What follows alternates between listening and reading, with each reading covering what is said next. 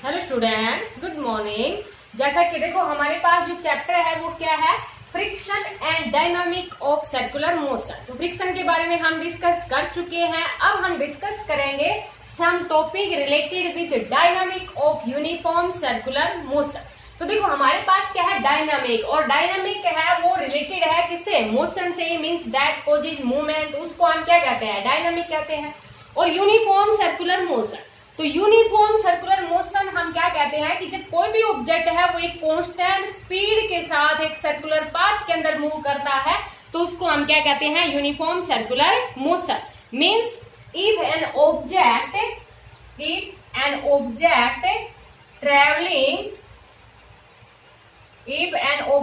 Travelling with a constant speed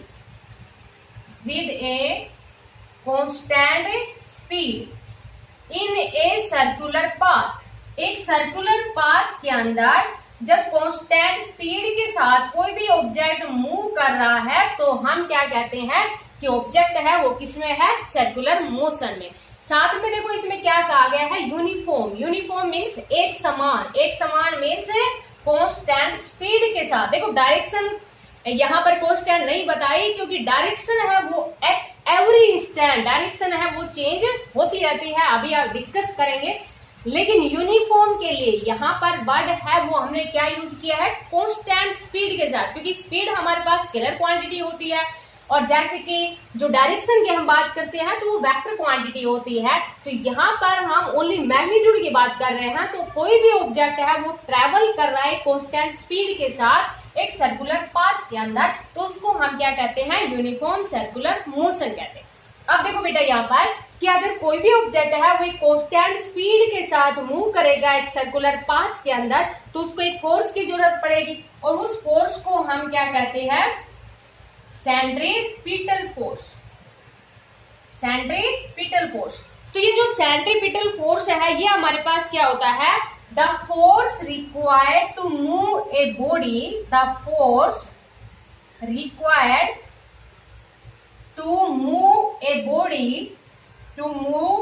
body, in a circular path, एक circular path के अंदर move करने के लिए जिस फोर्स की जरूरत पड़ती है उस फोर्स को हम क्या कहते हैं, centripetal force. Means the force required to move a body in a circular path. यहाँ हम ये भी कह देंगे कि move a body in a circle भी बोल देंगे या सर्कुलर पाथ भी बोल देंगे। समझ में आया बेटा। अब देखो ये जो फोर्स है, देखो जो फोर्स की बात कर रहे हैं तो वेक्टर क्वांटिटी होती है और ये फोर्स है ये एक्ट करता है, किसकी तरफ एक्ट करता है, toward the centre of circular path. जैसे कि मान लीजिए हम ऊपर ये दोबारा ऊपर प्रेजेंट कर रहे हैं, क्योंकि जब फोर्स वेक्टर क्वांटिटी है तो साथ में डायरेक्शन बताएंगे, शायद ये डेफिनेशन आपको समझ आ गई होगी। तो this force act along the radius of circular path and toward the centre of a circular path या toward the centre of a circle. क्योंकि क्या कहा, सर्कुलर पाथ भी कह सकते हैं या टुवर्ड द सेंटर भी कह सकते हैं। तो this force act along the radius and toward the centre of a circle, जो सेंटर ऑफ सर्कल की तरफ जो फोर्स लगता है उस फोर्स को हम क्या कहते हैं, एक तो रेडियस के अलोंग, जैसे मान लीजिए कहीं पर भी ले लो, इधर ले लोगे क्योंकि रेडियस एट एवरी पॉइंट से हमारे पास क्या रहती है, सेम।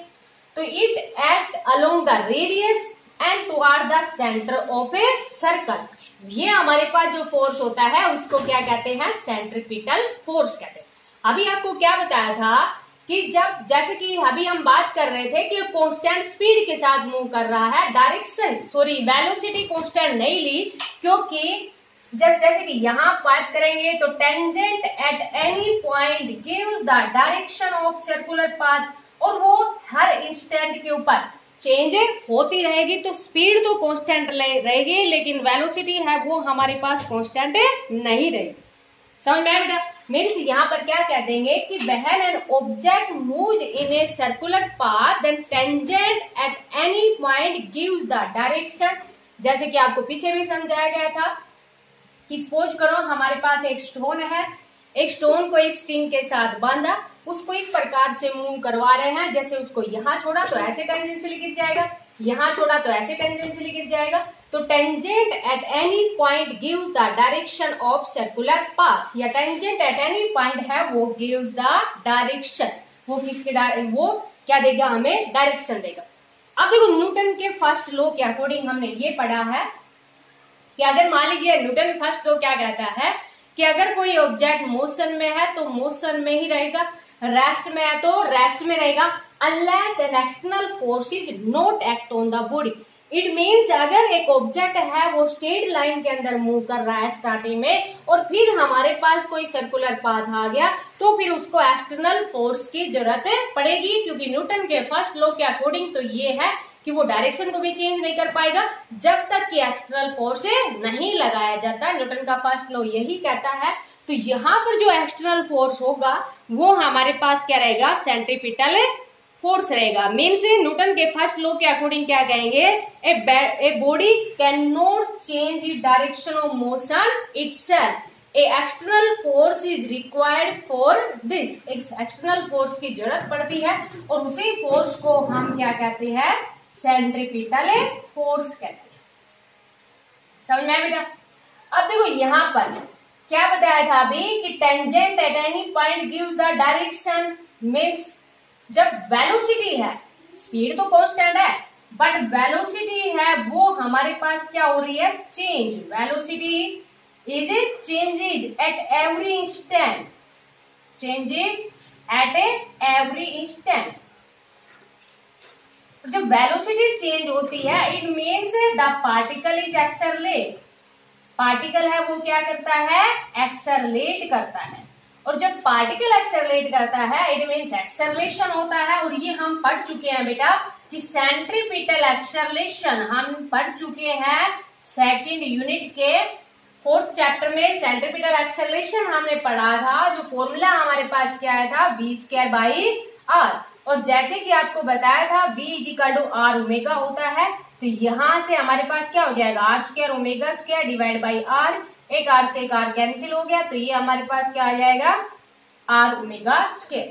तो जो सेंट्रीपिटल फोर्स होता है, फोर्स = मास इनटू एक्सेलरेशन, कि कोई भी ऑब्जेक्ट है वो एक्सेलरेट कर रहा है लेकिन ऑब्जेक्ट का मास है, तो यहाँ पर m तो क्या है, मास ऑफ एन ऑब्जेक्ट, और ये हमारे पास क्या है, सेंट्रीपिटल एक्सेलरेशन। तो जो सेंट्रीपिटल फोर्स है, सेंट्रीपिटल फोर्स, तो सेंट्रीपिटल जो फोर्स है उसका फॉर्मूला हमारे पास क्या हो जाएगा, मास इनटू एक्सेलरेशन।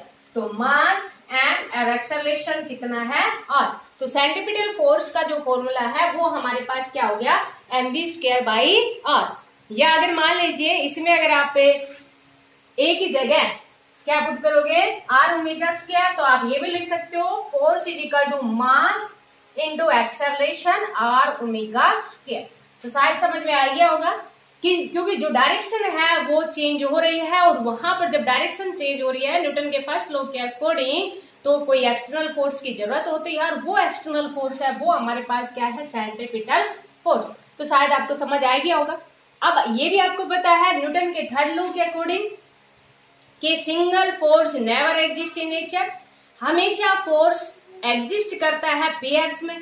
अब जैसे कि मान लीजिए कोई भी बॉडी थी वो पहले स्ट्रेट लाइन के अंदर चल रही थी, एक एक्सटर्नल फोर्स लगाया जिसको सेंट्रीपिटल फोर्स कहा गया है। जो सेंट्रीपिटल फोर्स है वो act along the radius and toward the centre of circle. ये बात समझ में आई गई होगी कि सेंटर ऑफ सर्कल की तरफ है और रेडियस के अलोंग लाई कर रहा है, इधर से भी ले लेंगे, ठीक है बेटा। लेकिन उसकी नेचुरल टेंडेंसी तो क्या रहेगी, उसी स्ट्रेट लाइन पाथ के अंदर मूव करने की रहेगी। एक्सटर्नल फोर्स लगाया जिसके कारण वो सर्कुलर पाथ में मूव करने लग गया, लेकिन it have tendency to move in a natural straight line path. It means उसके अपोजिट फोर्स भी लग रहा है, और जो अपोजिट फोर्स लगता है जैसे कि जो सेंटर से अवे लगता है उस फोर्स को हम क्या कहते हैं, सेंट्रीफ्यूगल फोर्स कहते हैं। समझ में आया बेटा?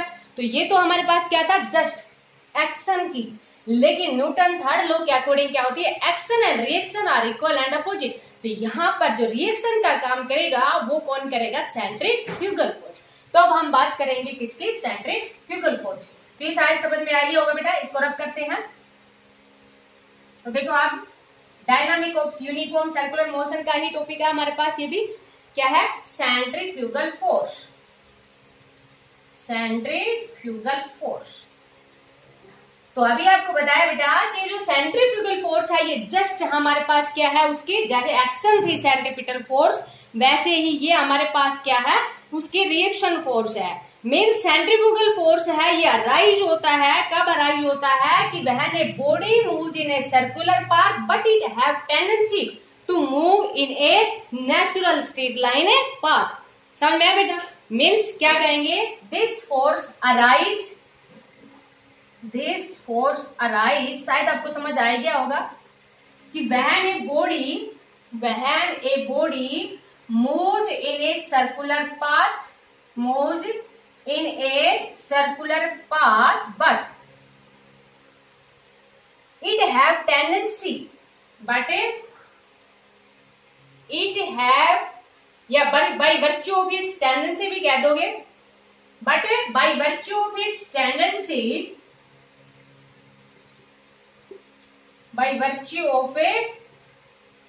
it's a tendency to regain its original path, it's a natural straight line path। Means पहले तो आपके पास कोई भी बॉडी थी वो किसी में मूव कर रही थी, स्ट्रेट लाइन पाथ के अंदर मूव कर रही थी, लेकिन एक्सटर्नल फोर्स लगाया जिसका नाम क्या था, सेंट्रीपिटल फोर्स, जिसके कारण बॉडी है वो सर्कुलर पाथ के अंदर मूव करने लग गई, लेकिन उसकी टेंडेंसी है वो अगेन रीगेन करने की रहेगी क्या, नेचुरल स्ट्रेट लाइन पाथ, और उस फोर्स को हम क्या कहते हैं, सेंट्रीफ्यूगल फोर्स। तो एक बात तो आपको समझ आ गई होगी कि जो सेंटर से अवे, क्योंकि सेंटर की तरफ जो फोर्स लगाया उस फोर्स को तो किसका नाम दिया था, सेंट्रीपिटल फोर्स का नाम दिया था, और जो सेंटर से अवे फोर्स की बात करेंगे वो हमारे पास क्या रहेगा, centrifugal force. Means it acted along the radius but away from the center,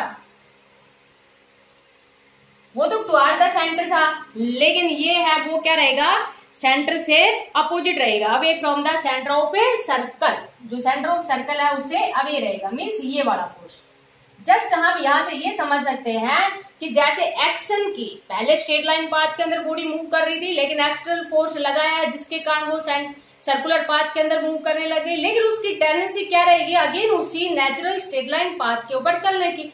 तो इट मीन्स उसी टाइम एक अपोजिट फोर्स भी लगता है, और according to Newton third law force is always exist in pairs. Means action हमारे पास centripetal force थी और रिएक्शन हमारे पास क्या है, सेंट्रीफ्यूगल फोर्स है। मीन्स सेंट्रीफ्यूगल फोर्स है ये जस्ट हमारे पास क्या होती है, रिएक्शन ऑफ सेंट्रीपिटल फोर्स की। जो सेंट्रीपिटल फोर्स थी उसकी हमारे पास क्या थी, ये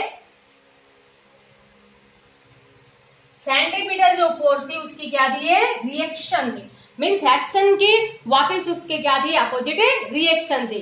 तो ये सेंट्रीफ्यूगल फोर्स है। देखो ये यहाँ पर जैसे कि हमारे पास जब हम बात करते हैं वॉशिंग मशीन की बात करते हैं, तो जैसे वॉशिंग मशीन के अंदर पहले तो जैसे कपड़े धोते हैं तो जो भी डिटर्जेंट होता है, और ये जो डिटर्जेंट डालने के बाद में क्या करता है कि जो डस्ट पार्टिकल्स हैं उसको इस तरह से कपड़ों से, क्लोथ से अलग कर देता है। उसके बाद में सुखाने के लिए जब हम यूज करते हैं तब भी क्या होता है कि जो वाटर है उसको अलग कर देता है क्लोथ से, और क्लोथ है वो ड्राई हो जाती है। तो वहां पर फोर्स है वो कौन सा लग रहा है, सेंट्रीफ्यूगल फोर्स, जो सेंटर से अवे लगेगा। ठीक है बेटा। और भी जैसे कि मान लीजिए ये जो आप घर के अंदर देखते भी होंगे अपनी मम्मी जो भी जो दूध को सुबह सुबह भिगोते हैं, मीन्स जो बटर अलग करते हैं तो लस्सी से, तो वहां पर भी जो फोर्स लगता है वो कौन सा लगता है हमारे पास, सेंट्रीफ्यूगल फोर्स। तो ये बात समझ आ गई होगी। सेंट्रीफ्यूगल फोर्स क्या होता है, जो सेंटर से अवे लगता है, या जैसे कि आपने सेपरेटर के अंदर देखा होगा किसी भी डेयरी के अंदर इस तरह से कि वो जो हमारे पास जो स्किम्ड मिल्क है वो अलग हो जाता है और उससे क्रीम है उसको अलग कर लेते हैं। जो सेपरेटर के अंदर मीन्स जो मशीन होती है वहां पर भी कौन सा फोर्स लगता है, सेंट्रीफ्यूगल फोर्स लगता है। तो सेंट्रीफ्यूगल फोर्स है वो सेंटर से अवे लगता है, और सेंट्रीपिटल फोर्स है वो सेंटर के टुवर्ड्स लगता है। और ये दोनों हमारे पास क्या है, इक्वल एंड अपोजिट है। और अगर मान लीजिए जस्ट बिल्कुल सेम उसी तरह से, जैसे कि अगर ये F है, F1 है सेंट्रीपिटल फोर्स, तो F2 हमारे पास क्या है, सेंट्रीफ्यूगल फोर्स है। तो ये था हमारे पास स्टार्टिंग में कुछ चीजें समझने के लिए, dynamic of uniform circular motion. फिर इससे रिलेटेड नेक्स्ट टॉपिक हम आगे डिस्कस करेंगे, तो शायद आपको समझ आ गया होगा। ये मीन्स बेस है dynamic of uniform circular motion का, तो इसको आप अच्छे से अंडरस्टैंड करना। Thank you, have a nice day.